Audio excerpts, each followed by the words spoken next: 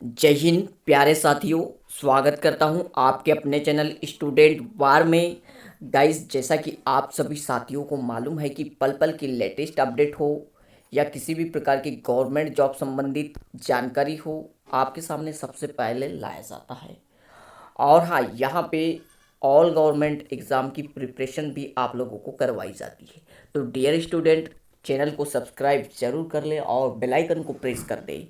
चलिए, आज का स्पेशल सेशन और आज से शानदार क्लासेस आप लोगों के लिए स्टार्ट की जा रही है। और किन स्टूडेंट के लिए यहाँ पे स्टार्ट की जा रही है ये क्लासेस, तो डियर स्टूडेंट, जितने भी हमारे साथी हैं, एएनएम वाले student, okay, auxiliary nursing, midwifery यानी महिला स्वास्थ्य प्रशिक्षण प्रवेश कार्यक्रम के लिए यहाँ पे बेस्ट और शानदार प्रिपरेशन आप लोगों को करवाई जा रही है। देन यहाँ पे BSc nursing, PNST, pre nursing selection test वाले स्टूडेंट, ओके, इन दोनों ही स्टूडेंट को यहाँ पे हम लोग शानदार प्रिपरेशन करवाने वाले हैं और बेटर बेटर तरीके से यहाँ पे एक अलग ही लेवल से आप लोगों को स्टडी करवाने वाले हैं। तो बने रहिए वीडियो में। यहाँ पे देखिए, सबसे पहले तो यहाँ पे आप लोगों को बता दूँ आप लोगों को किस प्रकार यहाँ पे स्टडी करवाने वाले हैं हम लोग। सबसे पहले हम यहाँ पे जानेंगे बेसिक थ्योरी। ओके, आज का सेशन थोड़ा लंबा हो सकता है क्योंकि यहाँ पे हम लोग ने स्टार्ट किया है आज से, तो थोड़ा कुछ बातें यहाँ पे आप लोगों को बता देना मैं आवश्यक समझता हूँ ताकि आप लोगों को आसानी जाए कि हम किस प्रकार पढ़ने वाले हैं। सबसे पहली बात, यहाँ पे हम लोग बेसिक थ्योरी देखेंगे। देखिए, किसी भी टॉपिक को ज़रूरी होता है कि बेसिक से स्टार्ट किया जाए और उसे थ्योरेटिकल समझा जाए, क्योंकि थ्योरेटिकल समझना बहुत ज़रूरी होता है। और अगर आप बेसिक थ्योरी क्लियर कर लेते हो तो आसानी से आप लोगों को क्वेश्चन बनने लगते हैं। जो ऑब्जेक्टिव क्वेश्चन है, अगर आप लोग एग्ज़ाम में जैसे ही बैठते हो तो आप लोगों को जो बेसिक थ्योरी आप लोगों ने क्लियर किया रहता है, वो उसके द्वारा आप ऑब्जेक्टिव क्वेश्चन भी आसानी से हल कर लेते हो। ओके, देन यहाँ पे बेसिक थ्योरी के बाद बेसिक फार्मूले जानेंगे। बेसिक फार्मूले जिनके द्वारा आप लोगों को न्यूमेरिकल क्वेश्चन पूछा जाता है। ओके, फार्मूलाज जानेंगे, उन फार्मूले के डेरिवेशन जानेंगे, किस प्रकार से वो फार्मूले यहाँ पे उत्पन्न हुए, सभी एक एक करके जानकारी यहाँ पे जानने वाले हैं। देन उसके बाद इनके ऑब्जेक्टिव क्वेश्चन भी सॉल्व करवाया जाएगा। देन यहाँ पे एक और इम्पॉर्टेंट बात आप लोगों को बता दूँ, आप लोगों के लिए एक पेड कोर्स भी लाया जा रहा है। क्या? एक पेड कोर्स लाया जा रहा है, मात्र कुछ ही रुपयों में यहाँ पे आप लोगों को अवेलेबल हो जाएगा। और ये जो कुछ ही रुपए आपके लिए आपके आपके द्वारा लिया जाएगा वो हमारे टीम की मेहनत होगी, क्योंकि आप लोगों को यहाँ पे बीएससी नर्सिंग यानी पीएनएसटी वाले स्टूडेंट और एएनएम वाले स्टूडेंट 10 वर्षों के पेपर का हल यहाँ पे आप लोगों को करवाया जाएगा। और ये पेड कोर्स होगा और जल्द ही यहाँ पे तैयार हो जाएगा पेड कोर्स। जैसे ही पेड कोर्स आप लोगों के लिए तैयार हो जाएगा, आप लोगों से लिंक यहाँ पे शेयर कर दी जाएगी। ओके, चलिए, तो इन सभी बातों को बाद में हम लोग यहाँ पे चर्चा कर लेंगे। जैसे ही यहाँ पे पेड कोर्स तैयार हो जाता है आप लोगों को बता दिया जाएगा। ओके, यहाँ पे सबसे पहले हम लोग जानेंगे जो इम्पोर्टेंट बात है, और इम्पोर्टेंट बात आपका टॉपिक स्टार्ट करेंगे। टॉपिक क्या है आप लोगों का? चलिए, सबसे पहले मैं ये क्लियर कर दूं यहाँ पे।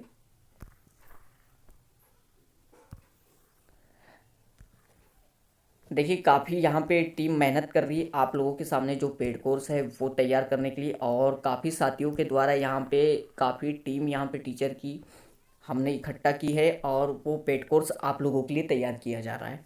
बहुत ही शानदार पेड कोर्स होगा। देन यहाँ पे एक अलग से बुक लिखने की कोशिश कर रहे हैं हम लोग। ओके, जी हाँ, बहुत जल्द यहाँ पे आप लोगों के लिए पीएनएसटी वाले स्टूडेंट और एनएम वाले स्टूडेंट के लिए अलग अलग बुकें यहाँ पे प्रोवाइड हो जाएगी जो हमारे द्वारा लिखी जा रही है। और बिल्कुल वो बुक बहुत ही ज़्यादा किफ़ायती यानी स्पेशल आप लोगों के लिए साबित होने वाली है, क्योंकि वहाँ पे भी आप लोगों को वन लाइनर क्वेश्चन भी करवाने की कोशिश की गई है। चलिए स्टार्ट करते हैं। देखिए, ये बातें तो बाद में होते रहेगी, हम आज का सेशन स्टार्ट करते हैं। जो सेशन था कुछ बातें यहाँ पे आज चर्चा की हम लोगों ने जो ज़रूरी थे। ओके गाइस, चलिए आज का टॉपिक स्टार्ट करेंगे और टॉपिक शानदार रहने वाला है। वैसे काफ़ी यहाँ पे आप लोगों के लिए लेक्चर दे चुका हूँ मैं शुरू में। सीधे अब टॉपिक स्टार्ट करते हैं। देखिए टॉपिक जैसा कि आप लोगों को मालूम है आप लोगों के सिलेबस में टॉपिक है प्रतिरोध, रेजिस्टेंस, और बहुत ही महत्वपूर्ण टॉपिक है। यहाँ से बहुत सारे क्वेश्चन यहाँ पे आप लोगों को देखने मिलते हैं और जैसे कि न्यूमेरिकल क्वेश्चन भी काफ़ी पूछा जाता है। तो सबसे पहले तो हम यहाँ पे बेसिक क्लियर करते हैं। सबसे पहले आप लोगों को बता दूँ, आप लोगों के मन में क्वेश्चन उठना चाहिए कि व्हाट इज़ रेजिस्टेंस क्या होता है। अगर मैं आप लोगों से पूछ लूँ कि क्या आप में से किन्हीं भी साथी ने रेजिस्टेंस देखा है, हाँ या नहीं, तो देखिए कुछ साथी ने यहाँ पे देखा होगा और कुछ साथी ने नहीं देखा होगा। कोई दिक्कत नहीं, आप लोगों ने रेजिस्टेंस को नहीं देखा है तो बता दूँ यहाँ पे आप अपने घरों में जाकर एक बार कोई भी इलेक्ट्रॉनिक या इलेक्ट्रिकल कोई भी इलेक्ट्रॉनिक या इलेक्ट्रिकल पुराना सर्किट रखा होगा ख़राब, वो उठा के देख लेना। वहाँ पे आप लोगों को कुछ इस प्रकार की आकृति दिखा वाला एक वो दिखाई देगा। आप लोगों को क्या डिवाइस दिखाई देगी या कंपोनेंट जिसे आप कहते हो। क्या दिखाई देगा? कंपोनेंट दिखाई देगा। कुछ इस प्रकार का कंपोनेंट होगा और इस पे दो टर्मिनल बने होंगे, दो सिरे बने होंगे। देन यहाँ पे ओम या किलो ओम, देखिए ओम में एक तो वैल्यू ओम में दी होगी या किलो ओम में दी होगी या मेगा ओम में, इस प्रकार आप लोगों को क्योंकि जो रेजिस्टेंस की इकाई होती है वो ओम होती है और इसे पहचानने के लिए यहाँ पे ओम लिखा होता है।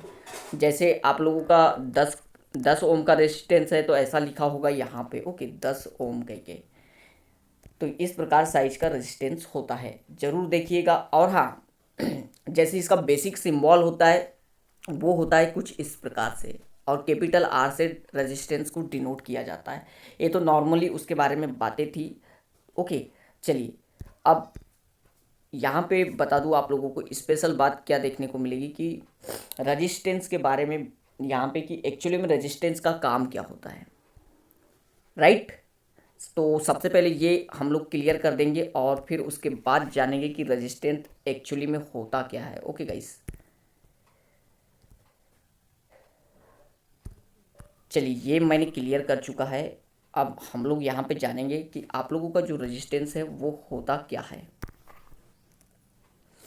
तो डियर स्टूडेंट, देखिए रेजिस्टेंस का एक्चुअली काम आपका क्या होता है, सब धीरे धीरे जानेंगे हम लोग। कोई जल्दी और हड़बड़ी नहीं है, क्लास लंबी होगी कोई दिक्कत नहीं। तो एक्चुअली में रेजिस्टेंस आपका क्या होता है, तो रेजिस्टेंस का काम सबसे पहले यहाँ पे जान लेना ज़रूरी होता है। रेजिस्टेंस वह कंपोनेंट या डिवाइस होती है, क्या होती है? कंपोनेंट या डिवाइस होती है जिसका काम होता है कि किसी भी इलेक्ट्रॉनिक या इलेक्ट्रिकल सर्किट को डिज़ाइन करने के लिए ये महत्वपूर्ण होता है। ये जो आपका इंस्ट्रूमेंट होता है, आपका कंपोनेंट होता है, ये आप लोगों का इलेक्ट्रॉनिक या इलेक्ट्रिकल सर्किट को डिज़ाइन करने के लिए बहुत ज़्यादा महत्वपूर्ण होता है। देन अब यहाँ पे एक इम्पॉर्टेंट बात रेजिस्टेंस के बारे में हम चित्र के माध्यम से समझेंगे। देखिए मान लो कि रेजिस्टेंस का काम क्या होता है। मान लो कोई आपका ये कोई चालक है। ये कोई चालक है और इसके दोनों सिरों पर हम वी विभवांतर लगा रहे हैं। वी विभवांतर लगा रहे हैं और उससे आई करंट फ्लो हो रही है। जैसे कि आप सभी साथियों को मालूम है कि किसी भी चालक के सिरों पर जब हम विभवांतर लगाते हैं तो उसमें से करंट फ्लो होता है और हम करंट को आई से डिनोट करते हैं। तो ये जो करंट फ्लो होता है इसके मार्ग में रुकावट डालना। क्या रेजिस्टेंस का काम होता है? ये जो करंट फ्लो हो रही है इसके मार्ग में रुकावट उत्पन्न करना। ये रेजिस्टेंस का वर्क होता है। तो आप लोग समझ गए होंगे। अब यहाँ पे चलिए, यहाँ पे डेफिनेशन भी जानना ज़रूरी होता है।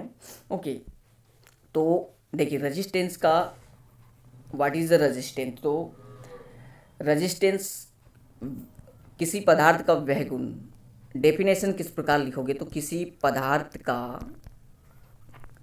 यहाँ से आप लोगों का लिखना शुरू हो जाना चाहिए कि किसी पदार्थ का। चलिए यहाँ पे सबसे पहले ये क्लियर कर लेता हूँ। सर्किट, देखिए सर्किट आप लोग बना लोगे, देन यहाँ पे हम लोग थोड़ा साफ जगह ले लेते हैं। ओके, क्लियर जगह ले लेते हैं। तो रजिस्टेंस क्या होता है? रजिस्टेंस, इसे हम हिंदी में क्या कहते हैं? प्रतिरोध। ओके, मैं बार बार यहाँ पे रेजिस्टेंस यूज़ कर रहा हूँ तो आप कंफ्यूज मत होगे। ओके, इंग्लिश में रेजिस्टेंस और हिंदी में प्रतिरोध कहते हैं। आगे जो बेसिक बातें बताए हैं वो आप लोग ध्यान रखोगे। ओके, तो किसी पदार्थ का वह गुण, किसी पदार्थ, ओके, किसी पदार्थ या चालक, किसी पदार्थ या चालक का वह गुण, वह गुण, किसी पदार्थ या चालक का वह गुण जिसके द्वारा, जिसके द्वारा वह उसमें, वह उसमें से प्रवाहित होने वाली, प्रवाहित होने वाली धारा के मार्ग में बाधा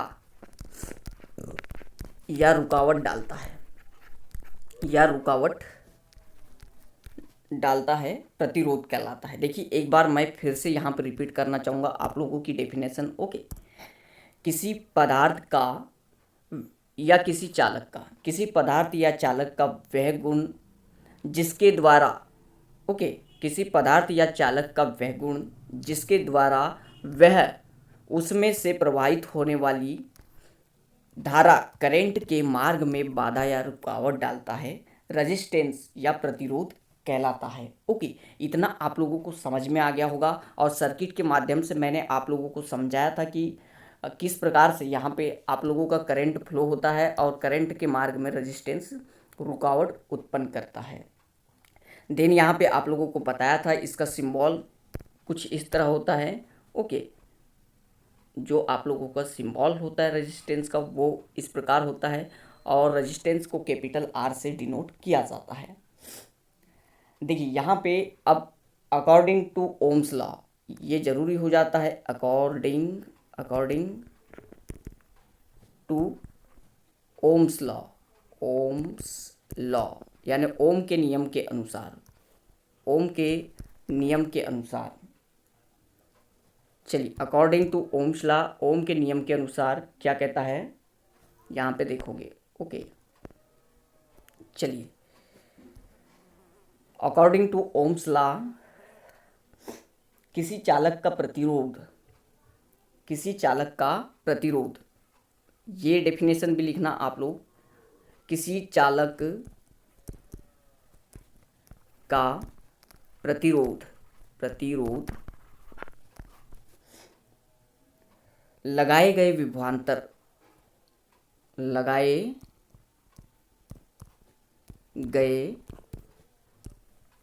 विभवांतर, लगाए गए विभवांतर और उसमें से प्रवाहित होने वाली या बहने वाली कह सकते हो आप, होने वाली, प्रवाहित होने वाली धारा के अनुपात के बराबर होता है। देखिए यहाँ पे फिर से मैं वापस जा रहा हूँ। ओके, ये देखिए हम यहाँ पे देख रहे हैं कि अकॉर्डिंग टू ओम्स लॉ, आपने ओम का नियम पढ़ा होगा और नहीं पढ़ा होगा तो यहाँ पे हम लोग आप लोगों को बता देंगे। ओम्स लॉ का भी अलग से एक लेक्चर लाया जाएगा जिसमें उसके न्यूमेरिकल क्वेश्चन भी करवाए जाएंगे। According to Ohm's law resistance का फॉर्मूला क्या निकलता है ये आप लोगों को यहाँ पे बताने की कोशिश की जा रही है। ओके, क्या होता है अकॉर्डिंग टू ओम्स लॉ किसी चालक किसी चालक का प्रतिरोध लगाए गए विभवांतर और उसमें से प्रवाहित होने वाली धारा के अनुपात के बराबर होता है। तो इस डेफिनेशन के अनुसार जो आपका रेजिस्टेंस होता है, ओके, जो आपका रेजिस्टेंस होता है वो लगाए गए विभवांतर और उसमें से प्रवाहित होने वाली धारा के अनुपात के बराबर होता है। देखिए ओम्स लॉ बोले तो आप लोगों को पता है कि ओम्स लॉ क्या कहता है कि किसी भी चालक के सिरों पर लगाया गया, यहाँ पे देखिए इस बात को समझना जरूरी होगा। ओम्स लॉ आपका क्या कहता है, ओके, ये अगर आप समझ गए तो यहाँ पे रेजिस्टेंस का फॉर्मूला भी आसानी से आप लोग समझ जाओगे। ओके, चलिए ओम्स लॉ क्या कहता है आपका, देखिए ओम्स लॉ क्या है। ओम्स लॉ क्या है, तो आपका जो ओम्स लॉ है कि किसी भी चालक के सिरों पर लगाया गया जो विभवांतर है, किसी भी चालक के सिरों पर लगाया गया विभवांतर धारा के अनुक्रमानुपाती होता है, धारा के अनुक्रमानुपाती होता है। और फिर इस v को इक्वल टू करते हैं तो यहाँ पे आई आर निकलता है। ओके, और यहाँ पे जो आपका आर है वो एक कांस्टेंट है, क्या है, एक स्थिरांक है, एक स्थिरांक है। और इसे हम क्या कहते हैं, तो इसे आपका कहते हैं हम प्रतिरोध कहते हैं, प्रतिरोध कहते हैं। तो इससे आप लोगों को समझ में आ रहा होगा जो ये v equal to I R आया है, ये ओम्स लॉ का ओके फॉर्मूला है और ये ओम्स लॉ का रूल है। अब यहाँ से आप लोग रेजिस्टेंस का फॉर्मूला निकाल सकते हो किस प्रकार, तो देखिए आगे देखते हैं हम लोग। ओके, v का यहाँ पे पक्षांतर कर देंगे हम लोग। ओके, क्या कर देंगे, v का यहाँ पे हम लोग पक्षांतर कर देंगे तो आप लोगों की जो r की वैल्यू है वो निकल के आ जाएगी। v अब देखिए यहाँ पे i का पक्षांतर करेंगे। ओके, i का पक्षांतर करेंगे तो ये क्या हो जाएगा, v upon I equal to R हो जाएगा। इस प्रकार रेजिस्टेंस का फॉर्मूला आ जाएगा। और हमने सामने वही डेफिनेशन आप लोगों को समझाने का प्रयत्न किया था कि जो आप लोगों का विभवांतर धारा के अनुपात के बराबर, यानी आप लोगों का जो प्रतिरोध है वो लगाए गए विभवांतर और धारा के अनुपात के बराबर होता है। यही आप लोगों को डेफिनेशन यहाँ पे आप लोगों को समझाया गया था। ओके, तो ये आप लोगों को समझना होगा। जिस प्रकार हम लोग यहाँ पे लिखवाते जा रहे हैं आप लोगों को, बस उसी प्रकार आप लोगों को लिखना है। बिल्कुल इसी सीरीज़ में आप लोगों को ये जो इतना हम लोगों ने देखा है। ओके, और एक एक इम्पॉर्टेंट यहाँ पे फैक्ट, पूरे फैक्ट यहाँ पे देखेंगे हम लोग जो एग्ज़ाम में पूछे जाते हैं। चलिए ये आप लोगों का निकल के आ गया क्या, चलिए यहाँ पे कलर चेंज कर लेते हैं हम लोग इसका। R equal to V upon I क्या निकल के आया है, R equal to V upon I निकल के आया है। मतलब किसी चालक का प्रतिरोध लगाए गए विभवांतर और उसमें से बहने वाली धारा या प्रवाहित होने वाली धारा के अनुपात के बराबर होता है आपका रेजिस्टेंस प्रतिरोध। देन एक इम्पॉर्टेंट नोट डाउन करना पॉइंट आप लोगों का जो एग्ज़ाम में पूछा जाता है। ओके, तो इसे स्टार करके भी लिख रहा हूँ मैं, आप लोग ध्यान रखोगे। ओके, स्टार इसलिए कर रहा हूँ क्योंकि इम्पोर्टेंट है। रेजिस्टेंस देखिए इसको और से डिनोट करते हैं, इसलिए मैं बार बार प्रतिरोध ना लिखते हुए आर लिख दूंगा। ओके, ये आप लोग समझ जाओगे। रेजिस्टेंस का एसआई मात्रक ओम होता है। क्या होता है, ओम होता है। और ओम का सिंबल आप लोग यहाँ पे ध्यान रख लोगे। ओके, चलिए ये आप लोगों का ओम का सिंबल होता है। एक बार अच्छे से फिर से मैं यहाँ पे बना दूँ सिंबल को ताकि आप लोगों को समझ में आ जाए क्या होता है। रेजिस्टेंस का एसआई मात्रक ओम होता है, ये आप लोग नोट डाउन कर लोगे। देन आगे सेकेंड इम्पॉर्टेंट पॉइंट आपका है, थ्योरी यहाँ पे एक एक क्लियर करवाते जाऊँगा मैं। विमी सूत्र, क्योंकि विमी सूत्र बड़ा ही इम्पोर्टेंट होता है और एग्ज़ाम में आप लोगों को देखने को मिलता है। विमी सूत्र आपका क्या होता है, तो ये आप लोग नोट डाउन कर लोगे। रेजिस्टेंस प्रतिरोध का विमी सूत्र M L square T minus 3 और a-2, ओके, a-2। देखिए आपके मन में ये क्वेश्चन भी आ रहा होगा कि ये जो वैल्यू है ये किस प्रकार से यहाँ पे आई है। तो विमीय सूत्र के लिए आप लोगों का जो है अलग से यहाँ पे एक लेक्चर लिया जाएगा, जिसमें किस प्रकार से विमीय सूत्र निकालते, ये बहुत बड़ा लेक्चर होने वाला है और शानदार लेक्चर होने वाला है। अलग से स्पेशली लाया जाएगा विमीय सूत्र निकालने के लिए।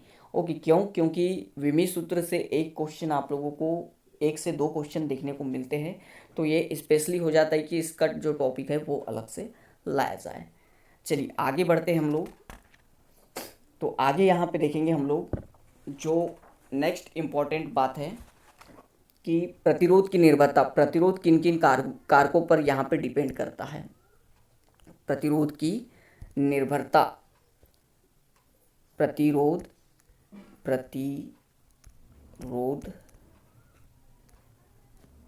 को प्रभावित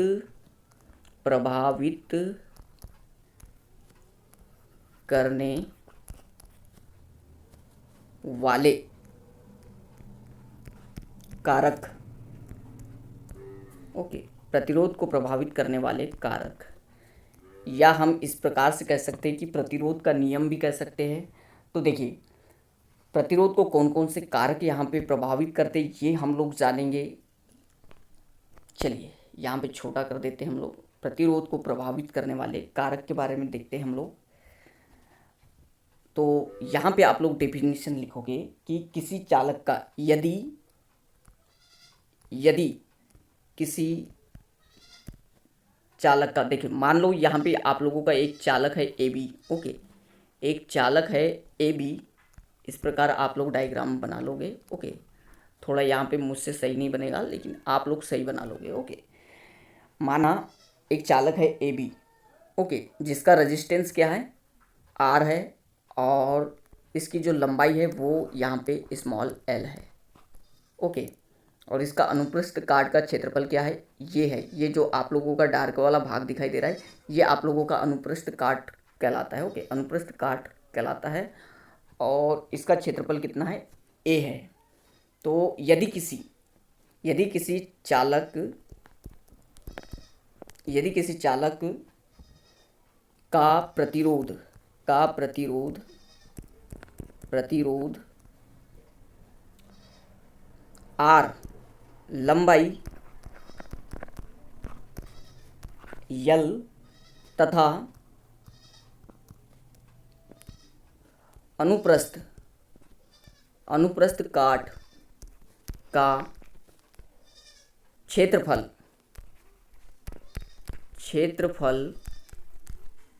ओके, क्षेत्रफल आप लोग अच्छे से लिख लोगे यहाँ पे। ओके, क्षेत्रफल ए है, तो अनुप्रस्थ काट का क्षेत्रफल ए हो तो पहला पॉइंट यहाँ पे आप लोग नोट करोगे। ओके, जिस प्रकार आप लोगों को लिखाया जा रहा है, ओके, ये इम्पॉर्टेंट है, क्योंकि एक एक देखिए यहाँ पे कुछ बातें और इम्पॉर्टेंट यहाँ पे समझाने वाला हो, तो महत्वपूर्ण होने वाला है, बहुत ही शानदार लेक्चर। पहला पॉइंट यहाँ पे नोट करोगे, चालक की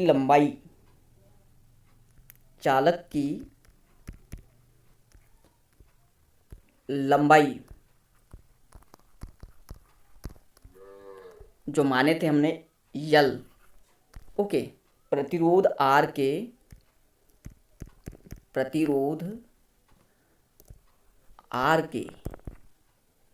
अनुक्रमानुपाती होती, क्या होती? अनुक्रमानुपाती होती है, ये आप लोग लिख लोगे। ओके, होती है। इतनी अच्छी पेन अभी हमारे पास है ही नहीं है कि ताकि हम लोग इतने अच्छे से लिख पाए। जैसी भी पेन मिली है हम लोग मेंटेन कर रहे हैं। ओके, क्या है आप लोगों का पहला पॉइंट यहाँ पे समझना। ओके, चालक की लंबाई यल प्रतिरोध आर के अनुक्रमानुपाती होती है। अब यहाँ पे समझना, ओके, ये क्या कह रहा है? अनुक्रमानुपाती मतलब आर, देखिए यहाँ पे अनुक्रमानुपाती मतलब आर अनुक्रमानुपाती यल इस प्रकार होती है। ओके, ये आप लोगों का इक्वेशन फर्स्ट आया। अब इक्वेशन फर्स्ट से आप लोग यहाँ पे समझने की कोशिश करना। आप लोगों को एग्ज़ाम में अक्सर क्वेश्चन यहाँ पे पूछ लेता है कि अगर किसी प्रतिरोध की किसी चालक की लंबाई को अगर बढ़ाया जाए, क्वेश्चन आप लोगों को पूछता है कि किसी चालक की लंबाई को बढ़ाया जाए तो उसका प्रतिरोध क्या होगा, घटेगा, बढ़ेगा, समान रहेगा, इस प्रकार के क्वेश्चन पूछते हैं। तो देखिए यहाँ पे सभी क्वेश्चन यहाँ पे फैक्ट क्लियर करवाने की कोशिश कर रहा हूँ। अगर हम लोग किसी चालक की लंबाई को, देखिए ऊपर तीर जा रहा है मतलब बढ़ा रहे हैं। ओके, ऊपर तीर जा रहा है मतलब बढ़ा रहे हैं। हम चालक की लंबाई को अगर बढ़ाते हैं तो रजिस्टेंस आपका क्या होगा, रजिस्टेंस भी बढ़ेगा। क्यों? क्योंकि ये एक दूसरे के अनुक्रमानुपाती है। देन अगर बात करेंगे आगे, आगे आप लोगों को पूछ लेता है अगर हम किसी चालक की लंबाई को दुगना करते हैं, किसी चालक की लंबाई को दुगना करते हैं तो रजिस्टेंस कितना हो जाएगा, समान रहेगा, घटेगा, बढ़ेगा या दुगना हो जाएगा। तो जैसे ही हम अगर किसी चालक की लंबाई को यहाँ पे बढ़ाते हैं तो रजिस्टेंस प्रतिरोध भी आपका क्या हो जाता है, दुगना हो जाता है। ये आप लोग यहाँ पे नोट डाउन कर लेना। क्यों? इसका रीज़न है कि आपका जो इसे इस प्रकार स्पेशल डब्बे में आप लोग बंद कर लोगे। ओके, ये आप लोगों का इक्वेशन फर्स्ट है। क्योंकि इक्वेशन फर्स्ट आपका जो है वो है आर अनुक्रमानुपाती यल, यानी प्रतिरोध अनुक्रमानुपाती होता है आपके लंबाई के। तो इसलिए अगर हम यहाँ पे आपका प्रतिरोध बढ़ाएंगे, लंबाई बढ़ाएंगे तो प्रतिरोध भी बढ़ेगी, और लंबाई दुगना करेंगे तो प्रतिरोध भी दुगना होगा। अगर लंबाई आधा करते हैं तो आपका जो रजिस्टेंस प्रतिरोध है वो भी आधा होगा। समझ रहे हो आप लोग? इस पॉइंट को आप लोग नोट डाउन कर लोगे। ये जो तीनों फैक्ट मैंने समझाने की कोशिश की है। ओके, पहला फैक्ट, दूसरा और तीसरा फैक्ट। ओके, देखिए यहाँ पे तीनों फैक्ट आप लोग लिख लोगे, कोई दिक्कत नहीं। मैं यहाँ पे लिखवाने की कोशिश करता हूँ। देखिए यहाँ पे तीन फैक्ट कौन से निकल के आए, तो तीन फैक्ट आपके निकल के आए। पहला फैक्ट की बात करेंगे हम लोग। ओके, प्रथम फैक्ट की बात करेंगे कि अगर हम किसी चालक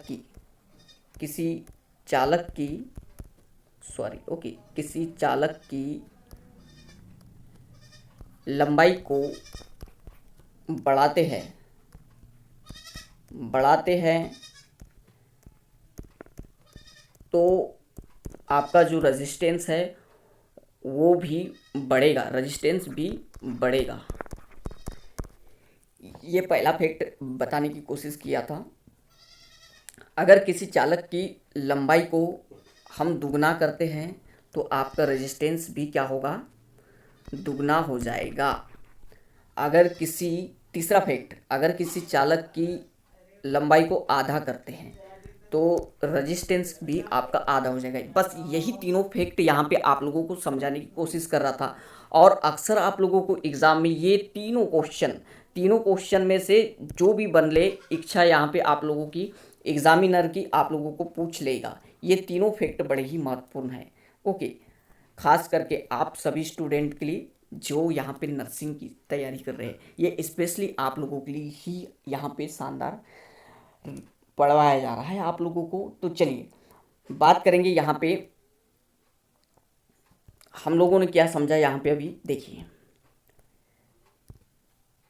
प्रतिरोध को प्रभावित करने वाले कारक में सबसे पहले हमने लंबाई के बारे में देखा। अब आपका सेकंड यहाँ पे आप लोगों का जो है सेकंड पॉइंट देखेंगे हम लोग। ओके, और सेकंड पॉइंट आपका क्या है, चलिए सेकंड पॉइंट की बात करेंगे। ओके, तो सेकंड पॉइंट आपका क्या है, चालक के अनुप्रस्थ काट का क्षेत्रफल ए, चालक के अनुप्रस्थ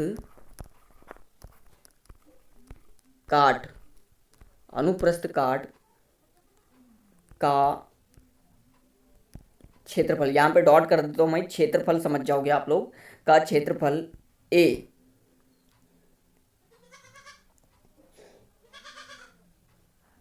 प्रतिरोध आर के व्युत्क्रमानुपाती होता है, व्युत्क्रमानुपाती होता है। ओके, देखिए एक बार फिर से रिपीट कर दूं मैं, जो आपका यहाँ पे सेकंड इम्पॉर्टेंट पॉइंट है, इसे समझने की कोशिश करना। चालक के अनुप्रस्थ काट का क्षेत्रफल ए प्रतिरोध आर के युद्ध क्रमानुपाती होता है। देखिए इस प्रकार से आप लोग, जो आप लोगों का प्रतिरोध है वो अनुप्रस्थ काट के क्षेत्रफल के क्या होता है, युद्ध क्रमानुपाती होता है, 1/a। सेकेंड इक्वेशन आप लोगों की। ओके, अब यहाँ पे सेकेंड इक्वेशन में आप लोग समझने की कोशिश करना। 3 फैक्ट यहाँ पे भी निकलते हैं। ओके, यहाँ पे 2 फैक्ट निकलते हैं जो महत्वपूर्ण है आप लोगों के लिए, जो एग्ज़ाम में अक्सर पूछे जाते हैं। पहले फैक्ट की बात करते हैं। अगर यहाँ पे पहला फैक्ट आप लोगों का क्या है, देखिए समझने की कोशिश कीजिएगा। पहला फैक्ट यहाँ पे, तो देखिए यहाँ पे पहले फैक्ट की बात कर रहे थे, और ये जो फैक्ट यहाँ पे बता रहा हूँ वो महत्वपूर्ण होंगे आप लोगों के लिए, और कुछ फॉर्मूले यहाँ पे जो याद रखने के लिए आप लोगों के लिए बोला जाएगा वो भी आप लोग याद रखोगे। ओके, यहाँ से पहला फैक्ट आप लोगों का देखिए निकल के क्या आता है, देखना। देखिए आपका जो प्रतिरोध है आर, वो आप लोगों का युद्ध क्रमानुपाती होता है किसके, क्षेत्रफल के। ओके, अनुप्रस्थ काट के क्षेत्रफल के।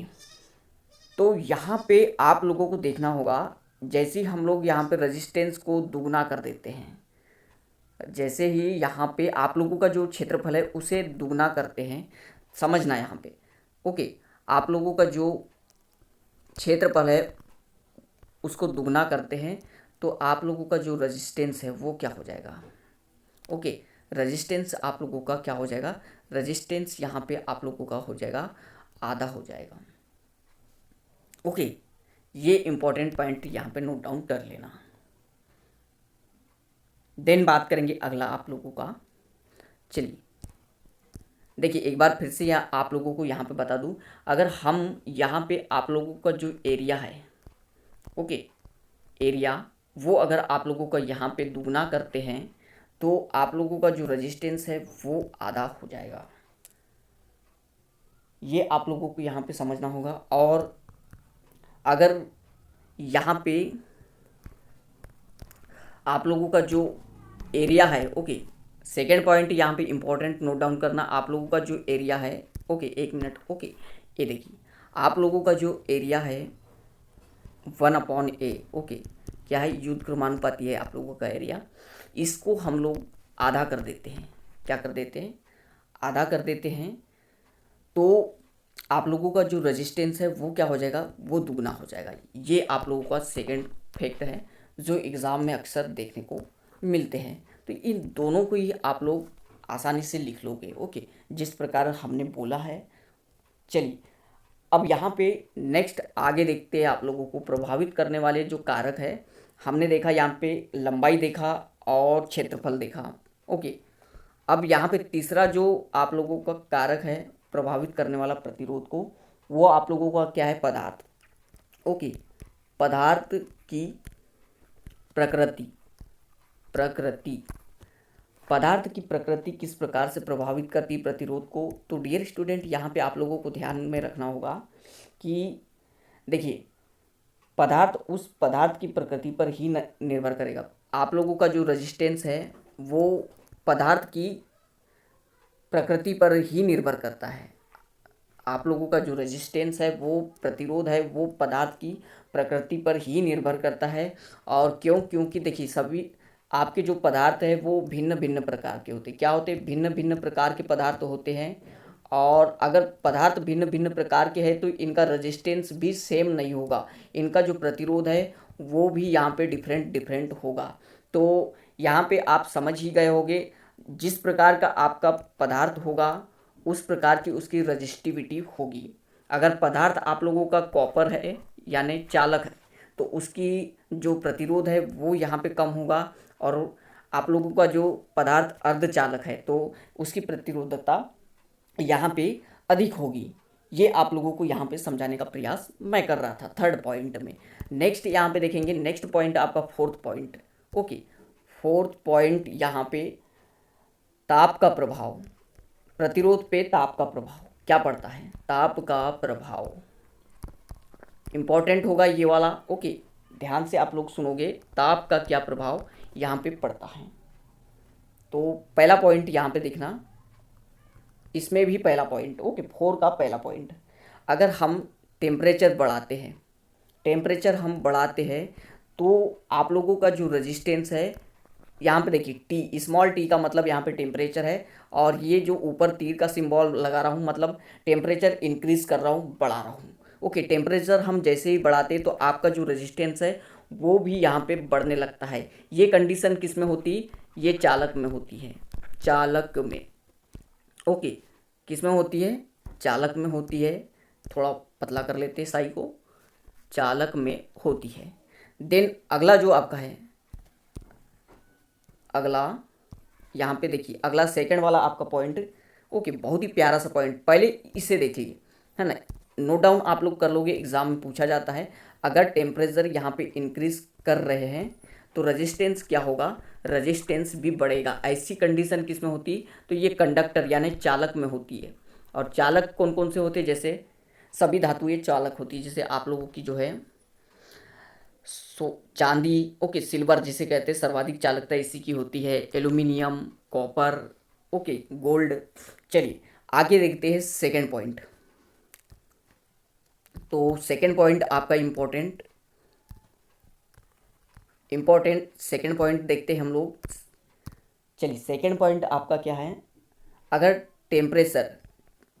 टेम्परेचर हम लोग इंक्रीज कर रहे हैं तो आप लोगों का प्रतिरोध घटेगा। अगर हम टेम्परेचर बढ़ा रहे हैं यानी ताप बढ़ा रहे हैं तो आप लोगों का जो प्रतिरोध है वो घटेगा। ये किस में होगा, तो ये आप लोगों का सेमीकंडक्टर बोले तो अर्धचालक में होगा। नोट डाउन कर लोगे आप लोग, अर्धचालक में होगा, ऐसा अर्धचालक में। और ये बार बार एग्जाम में पूछा जाता है, तो ये आप लोग दोनों पॉइंट नोट डाउन कर लोगे। ओके, जितने भी इंपॉर्टेंट फैक्ट है यहाँ पे सभी यहाँ पे हम लोग क्लियर करेंगे। अब यहाँ पे देखिए, वापस आप लोगों को बढ़ना होगा। ओके, हम लोगों ने यहाँ पे इक्वेशन 1 और 2 देखा था। आप लोगों की जो इक्वेशन 1 आई थी वो आई थी आर समानुपाती यल, यानी आपका प्रतिरोध लंबाई के समानुपाती होता है। और अगली इक्वेशन आपकी क्या आई थी, एक फॉर्मूला यहाँ तैयार होने वाला है आप लोगों का। अगली इक्वेशन आपकी क्या आई थी, आर युद्धक्रमानुपाती 1/a, यानी क्षेत्रफल के युद्धक्रमानुपाती होता है। तो देखिए अब आ जाइए यहाँ पे, क्या समझाने की यहाँ पे कोशिश कर रहे हैं हम लोग। तो समीकरण एक योम समीकरण सॉरी ये आप लोगों का समीकरण है। ओके, समीकरण 2 से, समीकरण 1 योम समीकरण 2 से। तो पहला समीकरण आपका आया था कि जो आपका प्रतिरोध है वो लंबाई के अनुक्रमानुपाती होता है। ये आपका पहला इक्वेशन था। ओके, देन सेकेंड इक्वेशन आपका था कि आपका जो प्रतिरोध है, ओके आपका जो प्रतिरोध है वो युद्ध क्रमानुपाती होता है। क्या होता है, युद्ध क्रमानुपाती होता है अनुप्रस्थ काट के क्षेत्रफल के। ओके, क्षेत्रफल को ए से डिनोट करते हैं और युद्ध क्रमानुपाती मतलब 1/a। ओके, चलिए तो ये आप लोगों की सेकेंड इक्वेशन थी। अब हम आगे यहाँ पे देखते, अगर इक्वेशन फर्स्ट और सेकेंड को यहाँ पे इक्वल कर दे दोनों को तो क्या निकल के आएगा। थर्ड स्टेप यहाँ पे देखोगे आप लोग। ओके, चलिए इसे स्मॉल कर देते हैं हम लोग। ओके, थर्ड स्टेप यहाँ पे आप लोगों की क्या निकल के आने वाली है। चलिए अगर हम इन दोनों इक्वेशन को इक्वल कर देते हैं, आर समानुपाती क्या आ जाएगा, L/a आ जाएगा। ओके, ये आप लोगों की थर्ड इक्वेशन आ गई है। अब अगर इन पूरों को इक्वल टू में लिखा जाए तो देखिए R = रो L/a। ओके, ये इम्पॉर्टेंट होगा आप लोगों के लिए। इसे आप लोग स्पेशल बॉक्स में यहाँ पे रख लोगे, स्पेशल बॉक्स में रख लोगे। ये आप लोगों के लिए इम्पोर्टेंट होने वाला है एग्ज़ाम की दृष्टि से भी। जब हम लोग न्यूमेरिकल क्वेश्चन करवाएंगे तो ये फॉर्मूला आप लोगों को देखने को मिलेगा। ये जो फॉर्मूला निकल के आया है ये आप लोगों को बहुत ज़्यादा महत्वपूर्ण होने वाला है। अब यहाँ पे आप लोगों के मन में सवाल होगा कि जो यहाँ पे ये निकल के आया है ये क्या है। तो ये जो स्मॉल पी की तरह दिख रहा है कुछ, ओके, थोड़ा आकृति अलग है, इसे हम लोग क्या कहते हैं देखना, इसे हम कहते हैं रो। क्या कहते हैं? रो कहते हैं, रो कहते हैं। और ये एक क्या है? कांस्टेंट यानी स्थिरांक है, स्थिरांक है, स्थिरांक है, जिसे विशिष्ट प्रतिरोध कहते हैं। जिसे क्या कहते हैं? विशिष्ट प्रतिरोध कहते हैं, विशिष्ट प्रतिरोध, विशिष्ट प्रतिरोध कहते हैं। ये आप लोग यहाँ पे नोट डाउन कर लोगे, ओके। तो ये फॉर्मूला जो है जिसको हमने लाल बॉक्स में पैक किया है बहुत ज़्यादा महत्वपूर्ण हो जाएगा। अब यहाँ पे विशिष्ट प्रतिरोध के बारे में बता दूँ, आगे जो स्टेप दिखाया था आप लोगों को, okay, R equal to rho L upon A. तो अब इस फॉर्मूले से विशिष्ट प्रतिरोध जो है उसका सूत्र क्या निकल के आ जाएगा? रो इक्वल टू, देखिए थोड़ा पीछे चलेंगे हम लोग, ये आप लोगों का रो है और इसका फॉर्मूला हमें ज्ञात करना है। तो ए का पक्षांतर हो जाएगा आप लोगों का, ओके, तो आर से मल्टीप्लाई हो जाएगा और जो यल है आपका वो आर के अपॉन में चले जाएगा। तो थोड़ा समझने की कोशिश करना आप लोगों का। चलिए देखिए आप लोगों के सामने क्या निकल के आया था, ये सबसे पहले यहाँ पे बता दूँ आप लोगों को। R equal to rho L upon A, यही निकल के आया था। हम यहाँ पे पक्षांतर कर देंगे तो R इंटू ए हो जाएगा, okay, equal to rho, okay, rho into L इस साइड बचा है। अब हमें रो का फॉर्मूला निकालना है विशिष्ट प्रतिरोध का।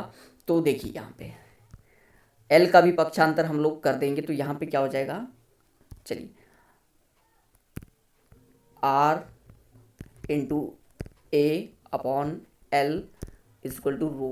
तो ये फॉर्मूला आप लोगों का निकल के आया है रो का, और इसे विशिष्ट प्रतिरोध कहते हैं। ये आप लोगों को बता चुका है हम, ओके, मैंने बता चुका है यहाँ पे आप लोगों को विशिष्ट प्रतिरोध कहते हैं रो को। अब विशिष्ट प्रतिरोध की यहाँ से परिभाषा क्या निकल के आती है तो देखोगे आप लोग, ओके, ध्यानपूर्वक यहाँ पे समझना और लिखना भी आप लोगों को है। नोट्स बनाना है बिल्कुल प्यारी सी, ताकि आप लोगों को समझ में आए। चलिए डेफिनेशन क्या निकल के आती है यहाँ से तो देखना, ओके, डेफिनेशन क्या निकल के आती है कि किसी पदार्थ के एकांक अनुप्रस्थ काट, किसी पदार्थ के एकांक अनुप्रस्थ काट। और अभी तक आप लोग परिचित हो चुके होंगे इस शब्द से, अनुप्रस्थ काट से। अनुप्रस्थ काट का मतलब क्या है? क्षेत्रफल है, ओके। किसी पदार्थ के एकांक अनुप्रस्थ काट, ओके, अनुप्रस्थ काट वाले एकांक लंबाई, यहाँ पे बार बार लंबाई ना लिखते हुए मैं एल से डिनोट कर दूंगा तो कोई तकलीफ नहीं होना चाहिए आप लोगों को। किसी पदार्थ के एकांक अनुप्रस्थ काट वाले या अनुप्रस्थ काट के क्षेत्रफल वाले भी कह सकते हैं हम लोग। किसी पदार्थ के एकांक अनुप्रस्थ काट वाले, एकांक लंबाई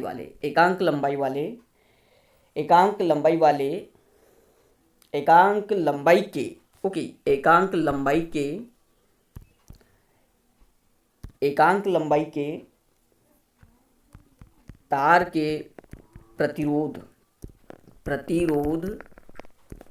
को उसका, यहाँ पे थोड़ा टाइम लगता है, पेन थोड़ा उस क्वालिटी की नहीं है, ओके, उसका विशिष्ट प्रतिरोध कहते हैं। रिपीट कर दूंगा मैं एक बार आप लोगों को ताकि लिखने में आसानी हो। विशिष्ट प्रतिरोध कहते हैं, ओके। चलिए ये जो पूरी परिभाषा लिखा है हमने यहाँ पे आप लोगों को समझाने की पूरा प्रयास करते हैं हम लोग। ओके, चलिए तो यहाँ पे छोटा कर देंगे हम लोग।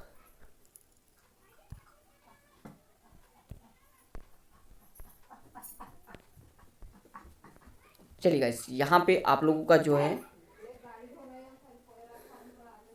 परिभाषा किसी पदार्थ के, देखिए किसी पदार्थ के एकांक अनुप्रस्थ काट वाले एकांक लंबाई के तार के प्रतिरोध को उसका विशिष्ट प्रतिरोध कहते हैं। ये आप लोगों की परिभाषा निकल के आ जाएगी फॉर्मूले से। ओके, फॉर्मूला आप लोग देखोगे तो बिल्कुल समझ में आ जाएगी कि ये परिभाषा जो है निकल कर कहाँ से आई है। एक बार आप लोग समझने का प्रयास करोगे उसे।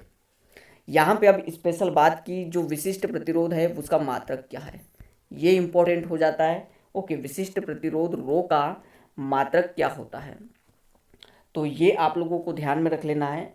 ओके, तो रो का फॉर्मूला क्या है, सबसे पहले विशिष्ट प्रतिरोध का क्या निकल के आया है, तो आप लोगों को यहाँ पे अगर फॉर्मूला मालूम हो तो आप आसानी से निकाल सकते हो आपका मात्रक। ओके, R × A/L, यही फॉर्मूला आप लोगों का निकल के आया है विशिष्ट प्रतिरोध का। अब अगर इसमें मान रख देते फॉर्मूले में, तो देखिए R का जो है मात्रक वो क्या होता है, प्रतिरोध होता है, SI मात्रक। देन यहाँ पे क्षेत्रफल की बात कर ले तो मीटर स्क्वायर होता है। ओके, क्षेत्रफल का SI मात्रक क्या होता है, मीटर स्क्वायर होता है। देन लंबाई का क्या होता है, तो लंबाई का SI मात्रक भी मीटर होता है। तो ज़रा देखोगे आप लोग यहाँ पे इस m से एक m यहाँ से कट जाएगा, तो आप लोगों के पास बचा कितना, तो यहाँ पे नेक्स्ट स्टेप में आप लोगों के पास बचा है equal to ohm metre, equal to ohm metre. तो ये आप लोगों का इसका मात्रक होगा, नोट डाउन कर लोगे। विशिष्ट प्रतिरोध का मात्रक ओम मीटर होता है। देन नेक्स्ट इम्पॉर्टेंट विमी सूत्र, very very IMP, most IMP विमी सूत्र, क्योंकि ये आप लोगों के लिए बहुत ज़्यादा महत्वपूर्ण है, कभी भी पूछ लेता है विमी सूत्र। ओके, विमी सूत्र क्या होता है, तो देखिए mL³ T-3 A-2। Okay, note down कर लोगे आप लोग। ओके गाइस, विमी सूत्र कैसे निकालते हैं ये तो आप लोगों को बताया जाएगा, ये आप लोगों से बिल्कुल यहाँ पे दरख्वास्त की गई है और बिल्कुल बताया जाएगा। तो डियर स्टूडेंट, यह था आज का शानदार टॉपिक। आगे जो हम लोग पढ़ने वाले वो आप लोगों को बता दूँ, यहाँ पे आगे हम लोग पढ़ेंगे सबसे पहले अब जो रेजिस्टेंस है, प्रतिरोध। ओके, प्रतिरोध, उनका संयोजन, कॉम्बिनेशन कैसे होता है, संयोजन में क्या देखेंगे हम लोग, सीरीज कॉम्बिनेशन, यानी श्रेणी क्रम। ओके, श्रेणी क्रम संयोजन और समांतर क्रम संयोजन, और इन दोनों का मिक्सचर संयोजन, जिसके क्वेश्चन यहाँ पे आप लोगों को अक्सर न्यूमेरिकल क्वेश्चन पूछे जाते हैं। तो डियर स्टूडेंट, आज का जो लेक्चर था वो आप लोगों को कैसा लगा, तो लाइक सब्सक्राइब करके ज़रूर बताएं और अधिक से अधिक कमेंट करें, ताकि हम आप लोगों के लिए इसी प्रकार के स्पेशल सेशन यहाँ पे ला सकें।